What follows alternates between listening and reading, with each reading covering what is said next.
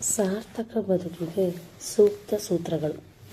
ನಾವು ಬೆಳಿಗ್ಗೆ ಎದ್ದ ಸಮಯದಿಂದ ಮಲಗುವವರೆಗೆ ನಾವು ವ್ಯವಹರಿಸುವ ಪ್ರತಿ ಮನುಷ್ಯ, ಪ್ರಾಣಿ, ಕ್ರಿಮಿ, ಕೀಟ, ಗಿಡ, ಮರ, ಬಳ್ಳಿ ಮುಂತಾದ ಯಾವುದೇ ಜೀವಿಗೂ ನಮ್ಮಿಂದ ಸಾಧ್ಯವಾದಷ್ಟು ಒಳ್ಳೆಯದನ್ನು ಮಾಡುವುದೇ ನಮ್ಮ ದಿನನಿತ್ಯದ ಪ್ರಮುಖ ಆಚರಣೆಯಾಗಬೇಕು. ನಾವು ಸಮಾಜಕ್ಕೆ ಉಪಯೋಗವಾಗುವ ಯಾವುದಾದರೂ ವೃತ್ತಿಯಿಂದ ನಮ್ಮ ಮತ್ತು ನಮ್ಮ ನಿರ್ವಹಣೆಗೆ ಹಣ ಸಂಪಾದಿಸಬೇಕು. ನಾವು ಮಾಡುವ ಕೆಲಸದಿಂದ ನಮ್ಮ ಮತ್ತು ನಮ್ಮ ಸಂಸಾರದ ನಿರ್ವಹಣೆಗೆ ಹಣ ಸಂಪಾದಿಸುವುದರೊಂದಿಗೆ ಸಮಾಜಕ್ಕೂ ಸೇವೆ ಮಾಡುತ್ತಿದ್ದೇನೆ ಎಂದು ಭಾವಿಸಿ ನಮ್ಮ ವೃತ್ತಿಯನ್ನು ಪ್ರಾಮಾಣಿಕತೆ ಮತ್ತು ದಕ್ಷತೆಯಿಂದ ನಿರ್ವಹಿಸಬೇಕು. ಹಣ, ಆಸ್ತಿ, ಹೆಸರು, ಕೀರ್ತಿ, ಸಾಧನೆ ಮುಂತಾದವು ತಾತ್ಕಾಲಿಕ ಸಂತೋಷವನ್ನು ಮಾತ್ರ ಕೊಡುತ್ತವೆ. ಪ್ರಾಮಾಣಿಕ ಜೀವನ ಮಾತ್ರ ಮನುಷ್ಯನಿಗೆ ಶಾಶ್ವತ ಸುಖವನ್ನು ಕೊಡಬಲ್ಲದು.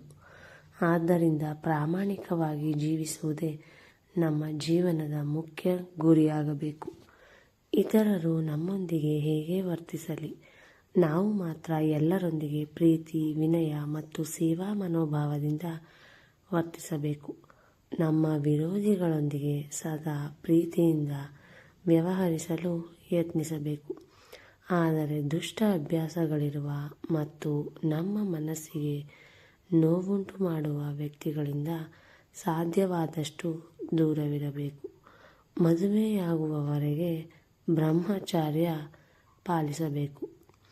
ಮದುವೆಯ ನಂತರ ಹೆಂಡತಿ ಅಥವಾ ಗಂಡನಿಗೆ ನಿಷ್ಠೆಯಿಂದ ಇರಬೇಕು.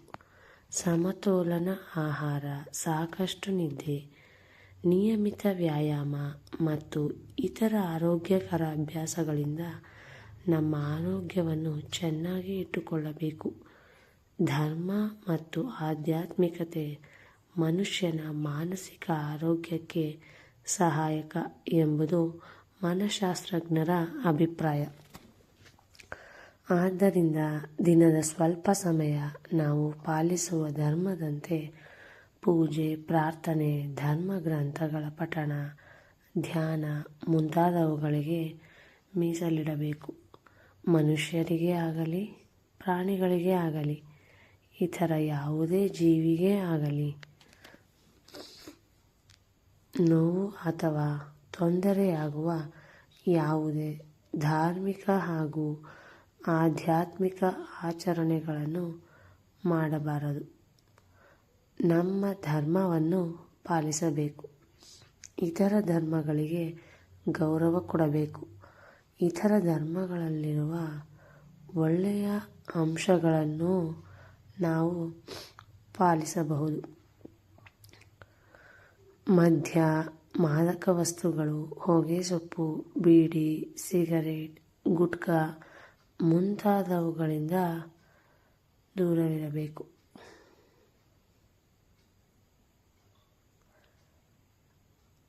ನಮ್ಮ ಜೀವನವನ್ನು ಇತರರೊಂದಿಗೆ ಹೋಲಿಸಿಕೊಳ್ಳದೆ ನಮಗಿರುವುದರಲ್ಲೇ ಸರಳ ಹಾಗೂ ತೃಪ್ತಿಯ ಜೀವನ ನಡೆಸಬೇಕು.